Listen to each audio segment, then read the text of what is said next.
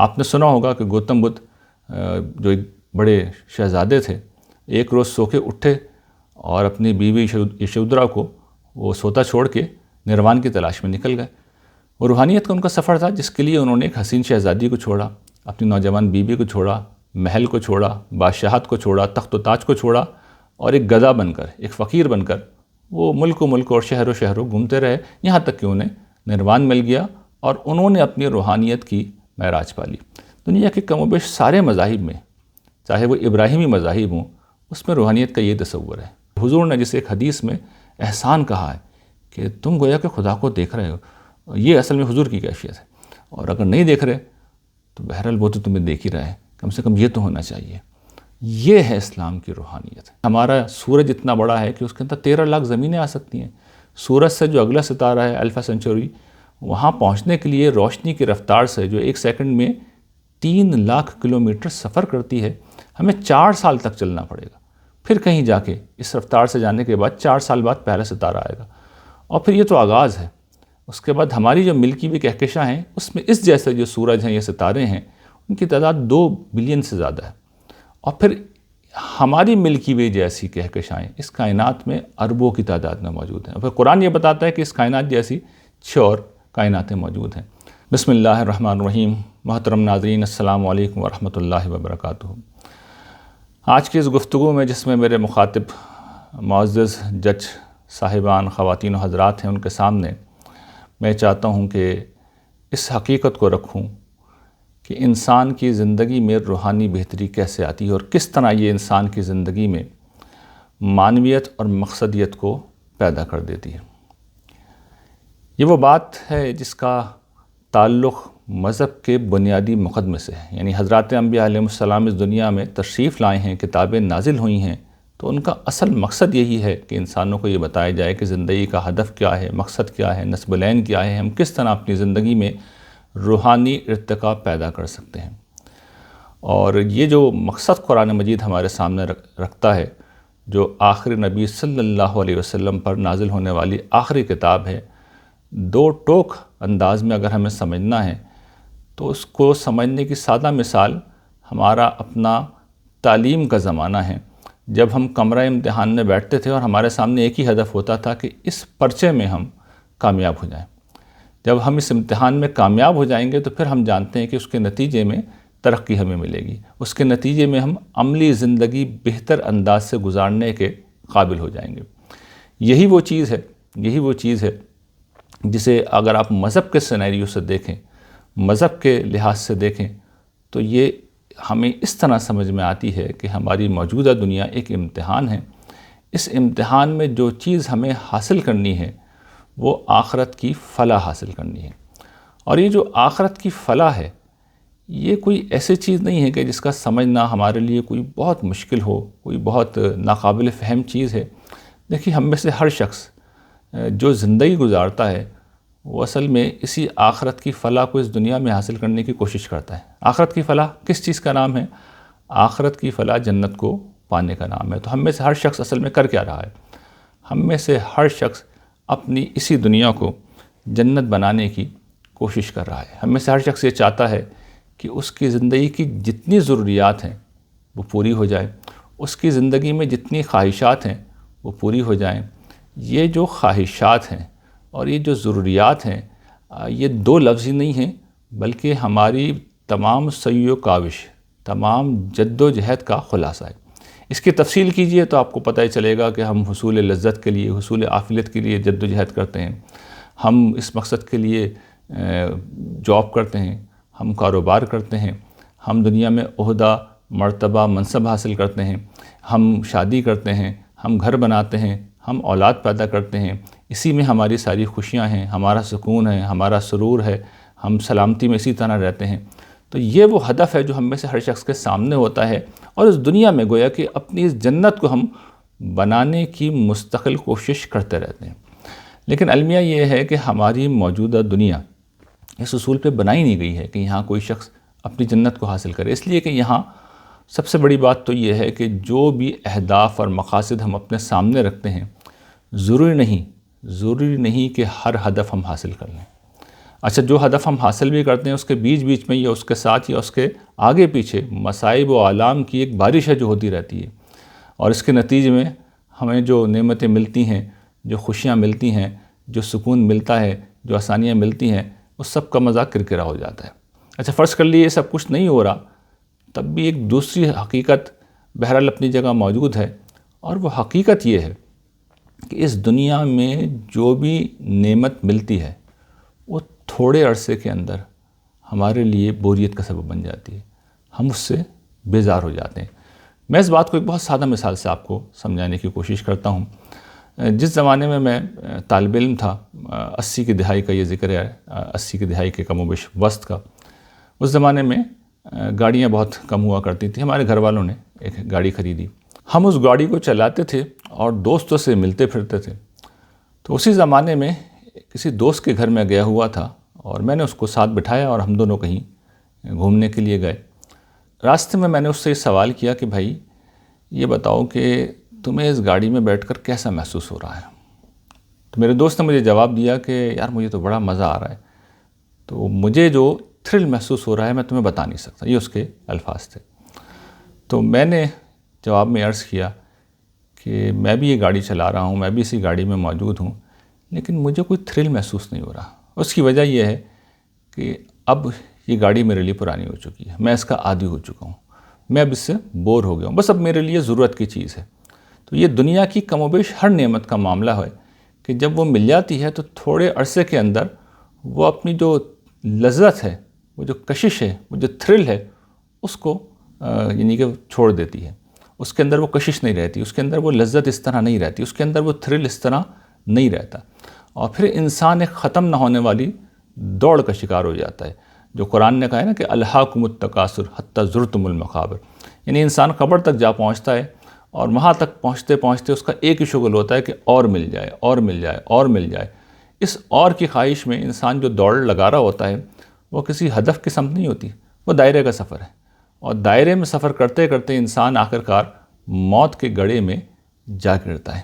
اس کے برعکس جو آخرت کی دنیا ہے اس کا بنیادی اصول یہ ہے کہ وہاں حیات ابدی ہے اور لذت کامل ہے، یعنی موت کا مسئلہ وہاں پہ ختم ہو جائے گا، اور جو کچھ بھی ملے گا وہ بہت ہی غیر معمولی ہوگا۔ قرآن مجید نے اسے درجنوں اسالیب سے بیان کیا ہے۔ مثال کے طور پر قرآن بیان کرتا ہے کہ لا خوف علیہم ولا ہم یحزنون، وہاں ہر اندیشے کا، خوف کا، خطرے کا، پریشانی کا، پچھتاوے کا خاتمہ ہو جائے گا۔ وَلَكُمْ فِيهَا مَا تَشْتَهِي أَنفُسُكُمْ وَلَكُمْ فِيهَا مَا تَدَّعُونَ، جو تمہارا دل چاہے گا اور جو تم مانگو گے تمہیں دیا جائے گا۔ وہ راضیۃ مرضیہ کی بادشاہی ہے، یعنی بندہ جو ہوگا وہ رب کی عنایات کے اوپر راضی ہوگا، مطمئن ہوگا، اور پروردگار بندے کی صحیح کے اوپر مطمئن ہوگا۔ سلام قولا من رب الرحیم کی بادشاہی ہے، یعنی خدائے رحمان کی طرف سے، خدائے رحیم کی طرف سے سلامتی ہوگی، فرشتے خدا کا سلام لے کے آئیں گے۔ تو ہر پہلو سے انسان کی زندگی پرفیکشن کے اوپر پہنچ چکی ہوگی۔ تو قرآن مجید نہ صرف یہ کہ اس منزل کو سامنے رکھتا ہے، بلکہ اس تک پہنچنے کا جو ہدف بیان کرتا ہے اس کو سادہ الفاظ میں دو جملوں میں یا دو لفظوں میں ہم ایسے بیان کر سکتے ہیں کہ وہ ایمان و اخلاق کی دعوت ہے۔ اور یہ جو ایمان و اخلاق کی دعوت ہے، اسی کے اندر اصل میں ساری روحانیت ہے، اسی کے اندر ساری مقصدیت ہے، اور اسی کے اندر ساری زندگی کی معنویت ہے۔ حضرات انبیاء علیہ السلام کی یہی دعوت ہوتی تھی، یہی آج بھی ان کی دعوت ہے، جو رسول اللہ صلی اللہ علیہ وسلم کی دعوت ہے۔ لیکن ہر دور میں انبیاء علیہ السلام کے کام کے ساتھ، ان کی دعوت کے ساتھ ایک سانحہ ہوتا رہا ہے، اور سانحہ ان کے ساتھ یہ ہوا کہ وہ جو دعوت ایمان و اخلاق کی لے کے آتے تھے، شیاطین اس کے اندر یا تو تبدیلی کر دیتے تھے یا اضافے کر دیتے تھے، یا تو تبدیلی کر دیتے تھے یا اضافے کر دیتے تھے۔ چنانچہ جو نیا نبی بھی آتا تھا وہ ان تبدیلیوں کو دور کرتا تھا اور ان اضافوں کو دور کرتا تھا، اور مذہب کو، دین کو، ایمان کو، اخلاق کو اس کی اصل شکل میں جیسا کہ وہ ہے اس طرح پیش کرتا تھا۔ یہ بات یاد رکھیے گا کہ ایمان و اخلاق کے ساتھ ایک اور چیز ہوتی ہے جو شریعت ہے۔ شریعت میں تبدیلی ہو جاتی ہے، لیکن ایمان و اخلاق کی جو اصل دعوت ہے وہ کبھی نہیں بدلتی، وہ شروع دن سے وہی تھی جو آخر دن تک رسول اللہ صلی اللہ علیہ وسلم کے زمانے تک تھی، اور آپ آخری نبی ہیں، آخری رسول ہیں۔ آپ کے ساتھ یہ دعوت اپنے کمال کے اوپر پہنچی، قرآن مجید کی شکل میں رسول اللہ صلی اللہ علیہ وسلم کی سنت کی شکل میں اسے محفوظ کر دیا گیا، اور آج کے دن تک ہمارے پاس یہ بے عینی موجود ہے۔ اور حضور کے ساتھ یہ اہتمام بھی کیا گیا کہ اب اس دعوت میں، اصل دین میں تبدیلی نہیں ہو سکتی، ایک چیز ہو سکتی ہے، اور وہ ہے اضافہ۔ اچھا، آپ کو میری اس گفتگو سے شاید یہ محسوس ہو رہا ہو کہ میں اصل ٹاپک سے کچھ ہٹ گیا ہوں۔ میں ہرگز اصل ٹاپک سے نہیں ہٹا۔ یہ پوری تمہید جو میں ابھی تک باندھ رہا تھا، وہ اس لیے باندھ رہا تھا کہ آپ کو یہ بتاؤں کہ روحانیت کے نام پر دنیا بھر میں جو تصورات موجود ہیں، وہ سب کے سب اضافے ہیں، وہ سب کی سب تبدیلیاں ہیں۔ یعنی قرآن مجید کا جو تصور روحانیت ہے، جو سارے انبیاء کا تھا، وہ بالکل جدا ہے، اور دنیا بھر میں جو رائج ہیں تصورات، وہ تبدیلیاں ہیں، یہ اضافے ہیں۔ میں اس کو واضح کرنے کی کوشش کرتا ہوں۔ دیکھیے، دنیا بھر میں روحانیت کیا ہے؟ روحانیت اصل میں بنیادی طور پہ ترک دنیا کا نام ہے۔ یعنی روحانیت اس چیز کا نام ہے کہ دنیا ایک آلائش ہے، دنیا ایک گندگی ہے، اس گندگی کو چھوڑ دو۔ آپ نے سنا ہوگا کہ گوتم بدھ جو ایک بڑے شہزادے تھے، ایک روز سو کے اٹھے اور اپنی بیوی یشودھرا کو وہ سوتا چھوڑ کے نروان کی تلاش میں نکل گئے۔ وہ روحانیت کا ان کا سفر تھا، جس کے لیے انہوں نے ایک حسین شہزادی کو چھوڑا، اپنی نوجوان بیوی کو چھوڑا، محل کو چھوڑا، بادشاہت کو چھوڑا، تخت و تاج کو چھوڑا، اور ایک گدھا بن کر، ایک فقیر بن کر وہ ملک و ملک اور شہر و شہروں گھومتے رہے، یہاں تک کہ انہیں نروان مل گیا، اور انہوں نے اپنی روحانیت کی معراج پالی۔ دنیا کے کم و بیش سارے مذاہب میں، چاہے وہ ابراہیمی مذاہب ہوں، اس میں روحانیت کا یہ تصور ہے۔ مثال کے طور پر قبالہ ہے یہودیت میں، مسیحیت کے اندر رہبانیت، اور ہمارے یہاں بھی کم و بیش یہی سلسلہ ہے۔ تو یہ بعض جگہوں پہ مکمل دنیا کو چھوڑ دیا جاتا ہے، اور بعض جگہوں پر جزوی طور پر چھوڑا جاتا ہے، اور اسی طریقے سے پھر اس روحانیت کو حاصل کرنے کے لیے کچھ خاص قسم کے اعمال ہیں جو ایجاد کیے جاتے ہیں، جو بیان کیے جاتے ہیں۔ قرآن مجید کے لیے ساری چیزیں اجنبی ہیں، حضرات انبیاء کے لیے ساری چیزیں اجنبی ہیں۔ ان کے لیے روحانیت کیا ہے؟ بالکل سادہ ترین الفاظ میں قرآن مجید کے الفاظ ہی اگر آپ کے سامنے رکھوں تو وہ یہ ہیں، قد افلح من تزکیٰ، کہ آخرت کی فلاح پا گیا وہ شخص جس نے اپنے آپ کو پاکیزہ بنایا۔ یعنی ہمارے ہاں روحانیت کا تصور یہ نہیں ہے کہ دنیا آلائش ہے اور اسے چھوڑ کے چلے جانا ہے۔ ہمارے یہاں تصور یہ ہے کہ دنیا امتحان ہے، اس کے اندر یقیناً آلائشیں ہیں، اخلاق کی ہیں، علم کی ہیں، جسم کی ہیں، غذا کی ہیں، خور و نوش کی ہیں۔ تو دنیا کو چھوڑنا نہیں ہے، یہیں پہ رہنا ہے، اور یہاں پہ رہ کے ان آلائشوں کو منیمائز کرنا ہے، کم سے کم کرنا ہے، ان سے حد الامکان بچنے کی کوشش کرنی ہے۔ اور اس کے لیے تمہیں کوئی طریقہ وضع کرنے کی ضرورت نہیں ہے، سارے طریقے ہم خود بتائیں گے۔ یعنی حضرات انبیاء علیہ السلام خود بتا کے جاتے ہیں، اور جتنا کچھ بھی ہمارا دین ہے وہ اصل میں یہی کام کر رہا ہوتا ہے۔ ایمان و اخلاق کی دعوت اصل میں یہی کام کر رہی ہے کہ انسان کو وہ پاکیزہ بناتی ہے۔ وہ کیسے پاکیزہ بناتی ہے؟ اب میں آپ کے سامنے آخر میں مختصر گفتگو کے آخر میں وہ چند حقائق آپ کے سامنے رکھوں گا۔ دیکھیے، 3 پہلو سے دین حق کی دعوت ہمیں دی گئی ہے، اور وہ تینوں پہلوؤں سے ہمیں پاکیزہ بناتی ہے۔ دیکھیے، انسان کا ایک پہلو وہ ہوتا ہے جس میں وہ اپنے پروردگار کے ساتھ متعلق ہوتا ہے، اس کے متعلق اس کا علم صحیح ہو، اس سے تعلق کی نوعیت صحیح ہو، خدا کو راضی کرنے کے طریقے اسے پتہ ہوں، خدا کن چیزوں سے خوش ہوتا ہے، کن چیزوں سے ناراض ہوتا ہے، یہ ساری چیزوں سے پتہ ہونی چاہیے۔ چنانچہ یہ چیزیں ہمیں بتائی گئی ہیں، اور یہی وہ چیزیں جو ہمیں روحانیت پیدا کرتی ہیں۔ اس کی تفصیل میں کروں گا، لیکن یہ بنیادی بات رکھ رہا ہوں کہ یہ پہلی چیز ہے۔ دوسرا جو انسانی شخصیت کا پہلو ہے کہ ہم اپنے جیسے انسانوں کے درمیان زندگی گزارتے ہیں، اور وہاں پر بہت سے معاملات ایسے ہوتے ہیں جو اخلاقی آلائشوں میں ہمیں گرا دیتے ہیں، اخلاقی آلائشوں میں ہمیں مبتلا کر دیتے ہیں۔ یعنی خدا سے تعلق کی جو آلائشیں ہیں وہ علم کی آلائشیں ہیں، یہاں جو آلائشیں ہوتی ہیں وہ اخلاقی آلائشیں ہوتی ہیں۔ تو چنانچہ یہاں پہ ہمیں کچھ احکام دیے گئے ہیں، اور ان احکام کی اگر میں تلخیص کروں، اس کو سمرائز کروں، اس کا خلاصہ کروں، تو اس کا خلاصہ یہ ہے کہ انسان کو ہر طرح کے ظلم سے بچنا ہے، اور ہر طرح کی حق تلفی سے بچنا ہے، اور اسی طریقے سے انسان کو ہر معاملے میں عدل پہ کھڑے رہنا ہے اور احسان پہ کھڑے رہنا ہے۔ یہ گویا کہ اس پوری تعلیم کا خلاصہ ہے۔ اور جو تیسرا پہلو ہے انسانی شخصیت کا، اس کا بالکل ذاتی ہے، نہ وہ خدا سے متعلق ہے براہ راست، نہ وہ انسانوں سے متعلق ہے، وہ اپنی ذات سے ہے متعلق۔ اس کے بھی 3 اجزاء ہیں۔ ایک جز وہ ہے جو ہماری اپنی شخصیت ہے، ہمارا جسم ہے، چنانچہ شریعت میں ہمیں بہت سے احکام دیے گئے ہیں جس میں ہم اپنے جسمانی وجود کو پاک کرتے ہیں۔ ہم جانتے ہیں کہ غسل ہے، یہاں پر ہم جانتے ہیں وضو ہے، ہم جانتے ہیں کہ یہاں پر طہارت ہے، ہم جانتے ہیں کہ یہاں پر ناخن کاٹنے ہوتے ہیں، ہم غیر ضروری بالوں کو صاف کرتے ہیں، مرد حضرات اپنی مونچھیں کچھ تراشتے ہیں، پست رکھتے ہیں انہیں۔ اس طرح کے کچھ احکام ہیں ہمارے جسم کو جو پاکیزہ رکھتے ہیں۔ دوسری جو چیز ہے وہ ہماری خور و نوش ہے، ہماری خوراک ہے جو ہم کھاتے پیتے ہیں۔ چنانچہ اس حوالے سے ہمیں بتایا گیا ہے کہ کچھ چیزیں ہیں جو تمہیں ناپاک کر دیتی ہیں۔ شراب کے متعلق مثلا بتایا گیا ہے کہ یہ تمہاری عقل کو ناپاک کر دیتی ہے۔ خبائث کے متعلق یہ بتایا گیا ہے کہ یہ ناپاک ہیں، ان سے دور رہو، انہیں مت کھاؤ۔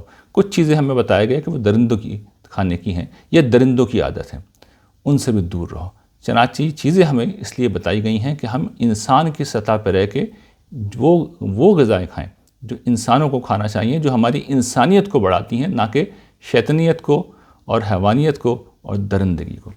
اور تیسرا ہمارا جو انفرادی وجود ہے، اس کا جو جز ہے، وہ ہمارا صنفی وجود ہے، جو ہماری نفسیات کا غالباً سب سے غالب پہلو ہے۔ فرائیڈ نے اس پہ بڑا کام کر کے اسے اسٹیبلش کیا، اور یہ بات ٹھیک ہے کہ ہماری شخصیت کا بڑا غالب پہلو ہے، اور یہ ہماری پرائیویٹ زندگی ہے۔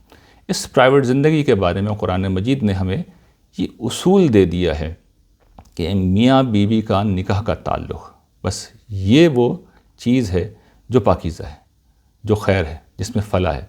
اس کے علاوہ ہر تعلق کسی بھی قسم کا ہو، وہ حرام ہے، وہ ناجائز ہے، وہ ناپاک ہے۔ تو یہ وہ دو چیزیں ہیں، یعنی خلق کے ساتھ تعلق اور اپنی ذات کے حوالے سے جو کچھ پاکیزگی کے احکام ہیں، جن کی تفصیل ابھی میں نے آپ کے سامنے کی ہے۔ یہ وہ بنیادی چیز ہے جس کے بعد اصل میں اسلام کے نزدیک روحانیت کا سفر شروع ہوتا ہے۔ اور روحانیت کا سفر دیکھیے ہوتا کس سمت ہے؟ وہ اللہ تعالیٰ کے ساتھ تعلق میں جو ناپاکی ہے وہ دور ہو، اور جو پاکیزگی ہے وہ بڑی۔ سب سے بڑی ناپاکی اللہ تعالیٰ کے ساتھ تعلق میں کیا ہے؟ شرک کرنا ہے۔ اسی طریقے سے سچائی سامنے آ جائے، حق سامنے آ جائے، اس کا انکار کرنا ہے۔ اسی طریقے سے خدا کا حکم ہے، اس میں انٹرسٹ لینے کے بجائے اضافے کرنا ہے۔ یہ سنگین ترین جرائم ہیں جو قرآن مجید میں بیان ہوئے ہیں، سنگین ترین جرائم ہیں، اور یہ خدا کے ساتھ ہمارے تعلق کو یہ تینوں چیزیں ناپاک کر دیتی ہیں۔ اس کے علاوہ کچھ چیزیں ہیں جو خدا کے ساتھ ہمارے تعلق کو بڑھاتی ہیں اور جو ہمیں روحانیت کے سفر پہ لے کے جاتی ہیں۔ وہ جتنا کچھ قرآن مجید کا میں نے اس کو ایک تدبر کی نظر سے دیکھنے کی کوشش کی ایک طالب علم کے طور پہ، وہ 8 پہلو ہیں جو قرآن مجید ہمارے سامنے رکھتا ہے۔ اس کا پہلا پہلو ایمان کا ہے۔ ایمان کے بہت سے شیڈز ہیں جو قرآن مجید میں بیان ہوئے ہیں، اس میں یقین بھی شامل ہے۔ ایمان ماننا ہے، یعنی کفر کا متضاد ہے یہ، اور یقین جو ہے وہ شک کا متضاد ہے، یعنی شک میں نہیں رہنا، کفر بھی نہیں کرنا، مان لینا ہے۔ اور مان کے کرنا کیا ہے؟ اسلام، اپنے آپ کو خدا کے حوالے کر دو، سرنڈر کر دو اس کے سامنے۔ قنوت، یہ اس کا اگلا شیڈ ہے۔ قنوت کا مطلب کیا ہے؟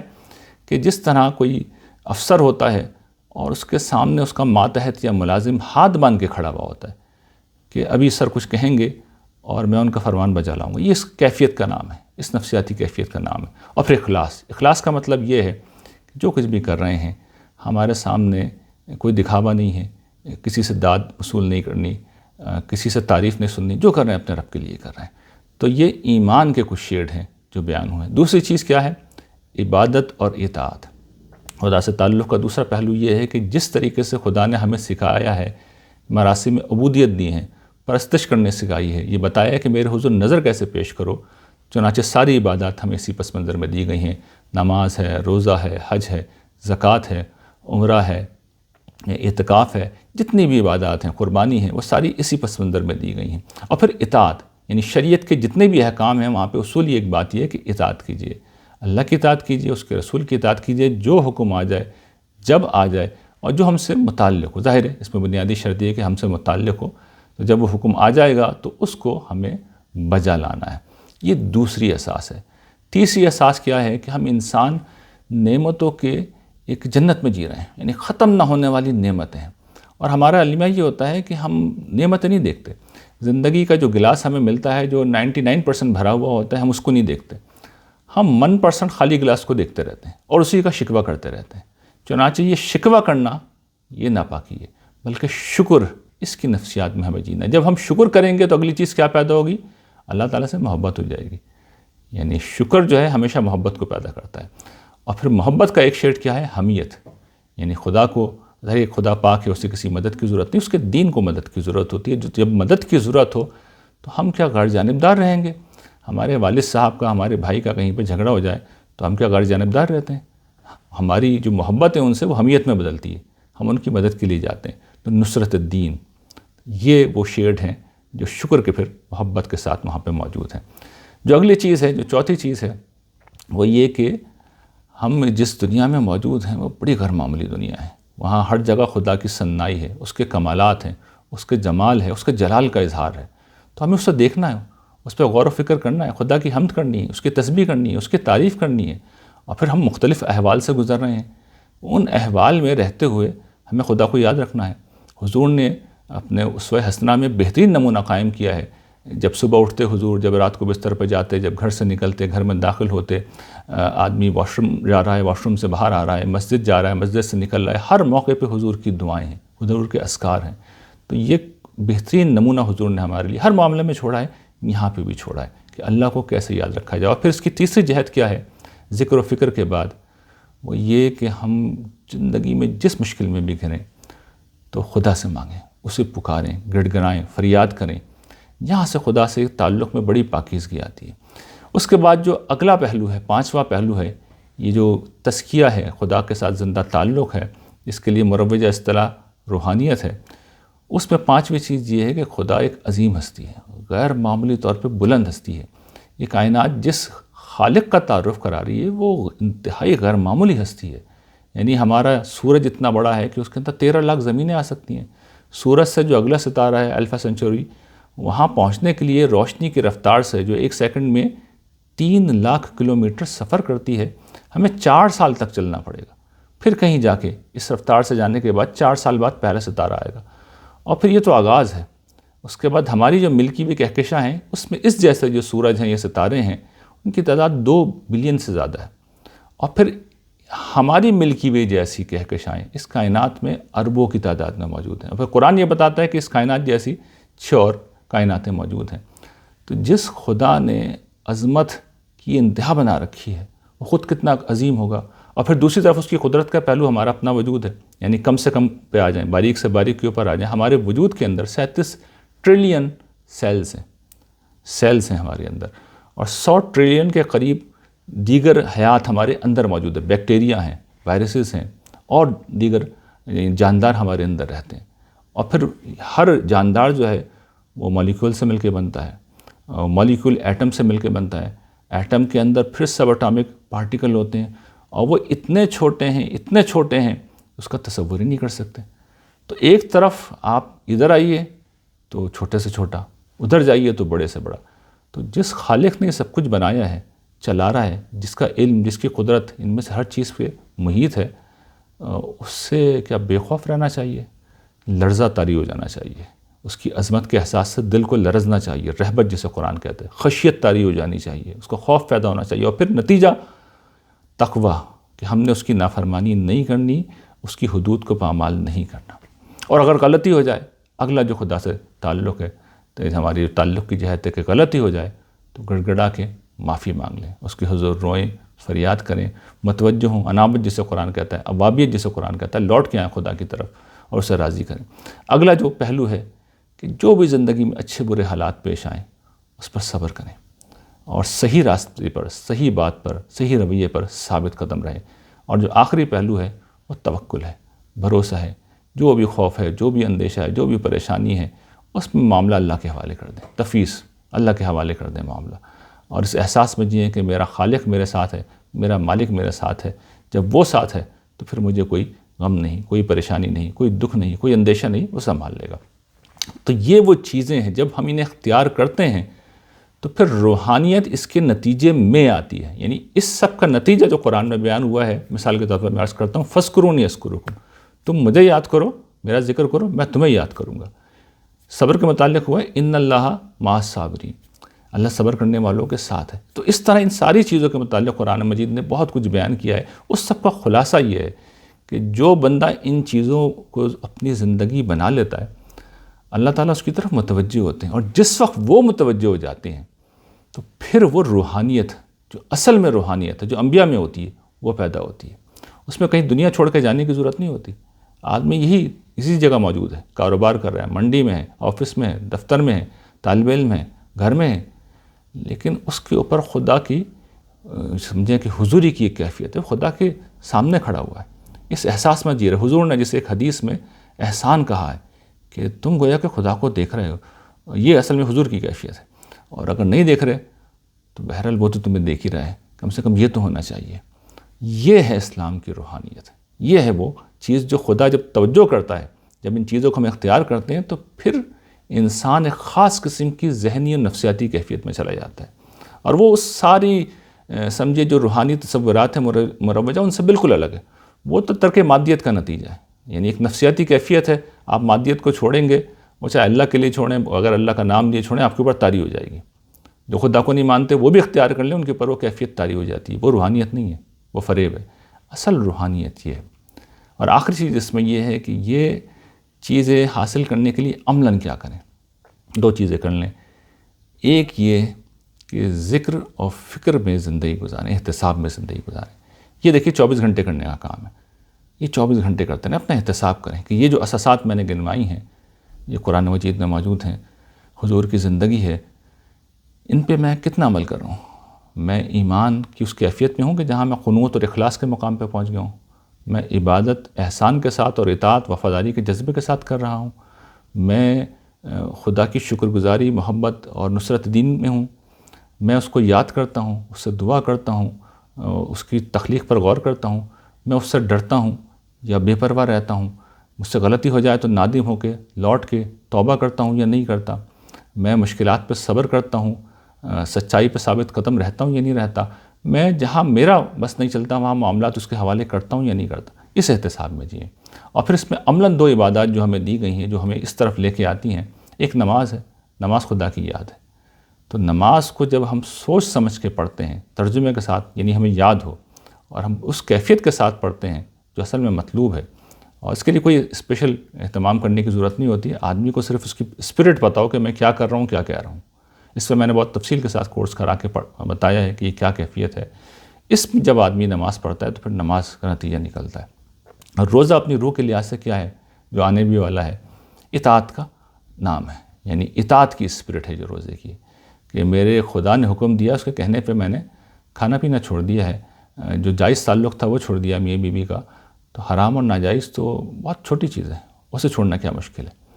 تو جب آدمی ان چیزوں کو عملاً سوچ سمجھ کے اختیار کرتا ہے، یہ بات یاد رکھیے کہ انسان ایک ذہنی وجود ہے، ایک نفسیاتی وجود ہے، ہم کوئی مادی وجود نہیں ہے، ہم کوئی مشین نہیں ہے کہ بس اٹھک بیٹھک کی اور معاملہ ہو گیا، نہیں۔ ذہن جب ساتھ ہوگا، جب دل ساتھ ہوگا، جب اسپرٹ زندہ ہوگی، تو اس کے نتیجے میں آپ دیکھیں گے کہ پھر وہ روحانیت ہمارے اندر آنا شروع ہوگی۔ وآخر دعوانا ان الحمد للہ رب العالمین۔